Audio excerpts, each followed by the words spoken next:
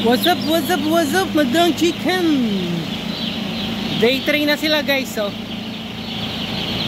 kinalat na namin kasi sobrang init dito sa Wantay ngayon. Day 3. Oh. Electric pa na ano, dalawa.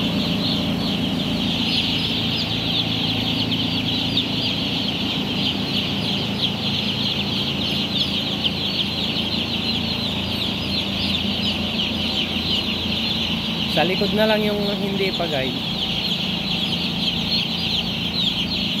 Tapos yung apat ibagong dating lang kanina. Ayan o. Gandang beautiful na sila.